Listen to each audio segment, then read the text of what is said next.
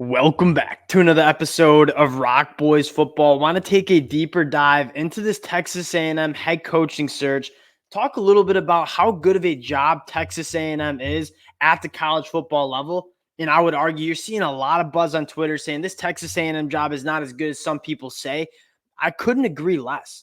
You take a look at what Texas A&M is as a program, the financial backing, the resources. Anytime you have the ability to bring in a class like they did in 2022, where that was the best recruiting class that we've ever seen in history, this is one of the best jobs in college football. Also want to talk about the traits that you want in the new head coach, right? And you look at a lot of different names, and there are a ton of good college football coaches out there that do stuff a little differently. But I think at this Texas A&M job, you're looking for a head coach that has specific traits that you're looking for.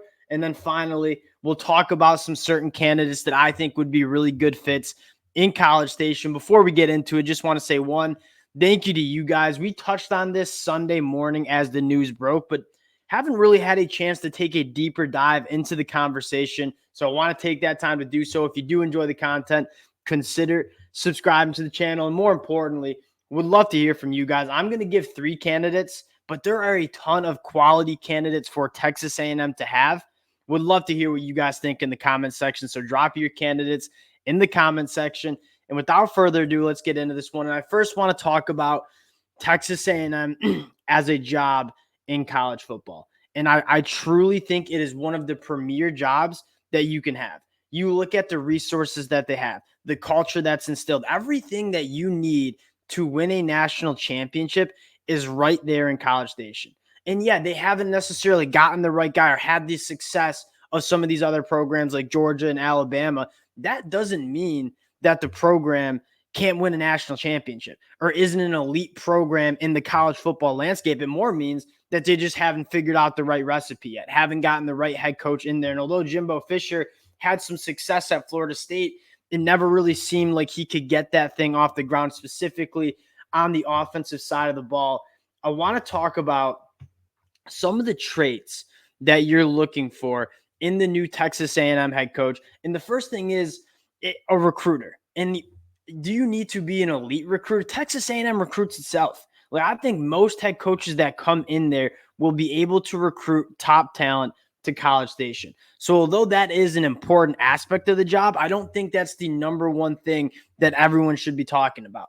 Because at the end of the day, any head coach that is at Texas A&M with the backing that they have and the resources that are in College Station, the talent acquisition part of it is going to take care of itself.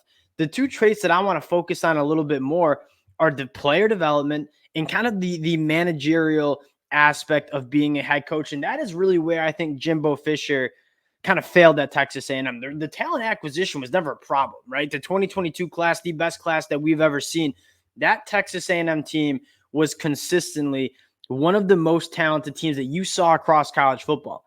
Why did Jimbo Fisher fail at Texas A&M? I think the largest part was the managerial tasks of being a head coach are super important, and I don't think Jimbo Fisher ever got it right.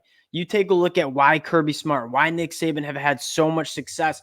They are elite program managers, and part of being an elite program manager is acquiring a coaching staff that is really good. And I never thought Jimbo Fisher had that good of a coaching staff. And you look at a guy like Steve Adazio. I mean, never got it done on the offensive line. In a conference where it's pivotal to be strong along the lines of scrimmage, Steve Adazio was just not good. He did not get the job done. You look at the defensive coordinator and DJ Durkin. I mean, they crushed it with Mike Elko. We might be talking about Mike Elko in just a second. But DJ Durkin, yeah, the defense made some strides, but that defense was more talented than I think the performance was on the field. You saw a lot of busting coverage, specifically in the back end. You saw some missed tackles. Never thought that the defense achieved what it should have with all the talent that they had. And then finally, Jimbo Fisher and his own offense. And he couldn't really get out of his own way.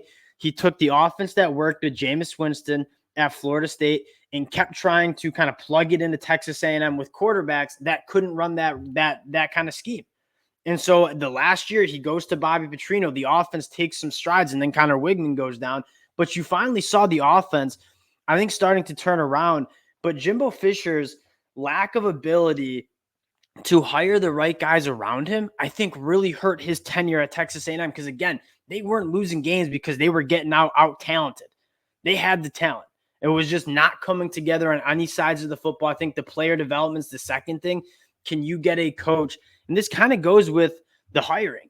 A lot of player development doesn't just fall on the head coach, but it falls on the assistants and the coaching staff around him, right? The player development on the offensive line. That is critical to have a good offensive line coach. The player development at the quarterback room, having a good quarterbacks coach and an offensive coordinator. Having a good defense falls on the defensive coaching staff and the defensive coordinator. And again, I think the failure of Jimbo Fisher to hire quality candidate or quality coaches, I should say, around him, I think kind of led to the lack of success that they had on the football field. So you look at three things that you want from this Texas A&M head coach. One, you have to be a good recruiter, like Texas A&M. And again, I don't think it's the most important because I think Texas A&M is going to be able to recruit whoever's the head coach there. They're going to be able to get it done on the recruiting trail. But more importantly, can you develop players? You're grabbing all this talent. Now you got to develop them into being All-Americans, NFL draft dudes.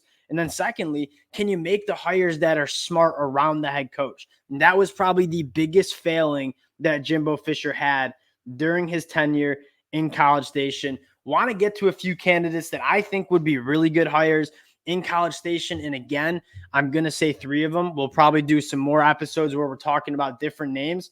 But these are three hires that, are they perfect? Maybe not, but I want to talk about them. And the first one is Jeff Traylor at UTSA. And I get the narrative that this is a massive step for Jeff Traylor, right? You're going from a first-time head coach at UTSA, and you're giving the keys to a program, keys to the car, a Ferrari car in Texas A&M's program for the first time. And it's a lot more, and it's a lot different than operating at UTSA. That being said, Jeff Traylor and his success has been next level at UTSA with next to no resources. So the first thing I'm looking at is what would it look like for Jeff Traylor to take this job and have the keys to a massive program, all the resources that he needs to win, because he won at UTSA with almost no resources. So what's it look like with him taking this Texas A&M job with the endless resources that he has? Now, the second and the other two things I want to talk about with Jeff Traylor, one, high school legend in Texas. So you know that the connections and the recruiting in Texas is going to be there. And the relationships that he's established across that state, I mean, he is going to have a very easy time recruiting top players in the state of Texas to Texas A&M. That's a massive plus. The other thing that I don't think gets talked enough about for Jeff Traylor is that he is a very good offensive-minded coach. And I feel like everyone talks about, yeah, he was great at high school and he's doing great at UTSA and he's going to be able to recruit the state of Texas, has a lot of relationships within the state. Jeff Traylor had a phenomenal offense when he was a high school coach in Texas, and he has a phenomenal offense at UTSA as well. He is not just a coach that's going to be able to recruit the state of Texas. Now, I think that's what people are missing with the Jeff Traylor conversation is he can coach and operate and scheme up a really good offense as well. And that's kind of the missing piece that they're talking about, people missing with Jeff Traylor. And for those reasons, again, I think he'd be a quality candidate. The one big question mark with Jeff Traylor would be that's a massive step. And if you're Texas A&M and you're a fan, the one argument you'd have against Jeff Traylor is I don't know if I want to be hiring a coach to be the head coach of Texas A&M, one of the premier jobs in college football, having never been a head coach at the Power 5 level. That would be a question mark. Next candidate I have in it, this is a no-brainer, and I get it's basic, it's simple, but I think it's a really high floor hire, and that's Mike Elko. And you look at some of the things that we talked about, being a developer and being a manager. Mike Elko has done a phenomenal job in his first 2 seasons at Duke doing those things. The player development that you've seen from Mike Elko, and Texas A&M fans know he can do it on the defensive side of the ball. They saw it firsthand in College Station. That Duke team there was no talent in that program. And he comes year one and all of a sudden creates one of the best defenses that you see across the country. Riley Leonard, all of a sudden a potential first-round NFL draft pick, made good hires around him. He's developed a phenomenal defense. Mike Elko kind of checks all those boxes that you want in a Texas A&M head coach, from being an elite manager, an elite player developer, and he knows how to recruit to Texas A&M because he's already been in College Station. That Mike Elko, again, it's kind of it's not an exciting one. It's not a Lane Kiffin. It's not a Urban Meyer, if you will, but it's a hire that I think it's not flashy, but I think it would really get the job done. The last guy I want to talk about that is getting some buzz, but maybe not enough, is Glenn Schumann. And again, the big question mark with Glenn Schumann is he's never been a head coach, and now he's going to be a head coach of a Power 5 program like Texas A&M. Again, more to being a head coach at Texas A&M than just being a football coach, but it worked with Dan Lanning at Oregon. Glenn Schumann is, kind of a carbon copy of Dan Lanning. They've had very similar careers. They've both spent times at Alabama under Nick Saban, both spent time under Kirby Smart at Georgia.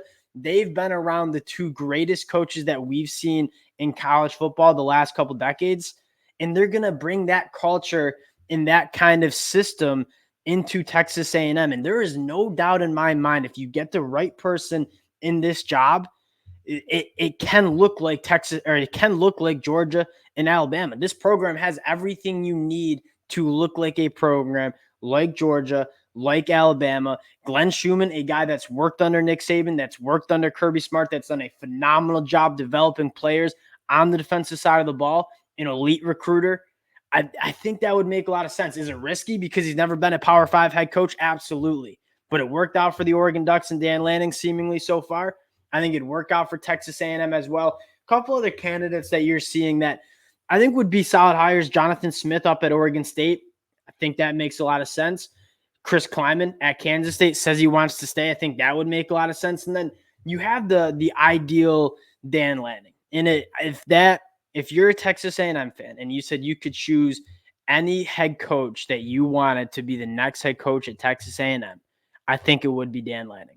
Young head coach that looks like he's got that program cooking. He's elite on the recruiting trail, elite with player development. I just don't know how feasible that is because he's pretty much shot it down and said he's staying right there in Eugene as they're heading to the Big Ten. The good news for Texas A&M is they still have kind of the pick of their litter. They are the biggest head coach opening that they have this cycle, and they'll be able to go get whoever that they want. And so a couple guys, Jeff Traylor, Mike Elko, Glenn Schumann, I think would be really good hires. I think there are some other guys that would be phenomenal hires as well. Let me know in the comment section. We'll talk a little bit more about this. But I did want to clear some things up, at least with Jeff Traylor. I think Glenn Schumann would be an interesting name to float around as well. Appreciate you guys rocking with the fellas. If you do enjoy the content, consider subscribing to the channel. Appreciate you guys, and we'll talk to y'all later. Peace.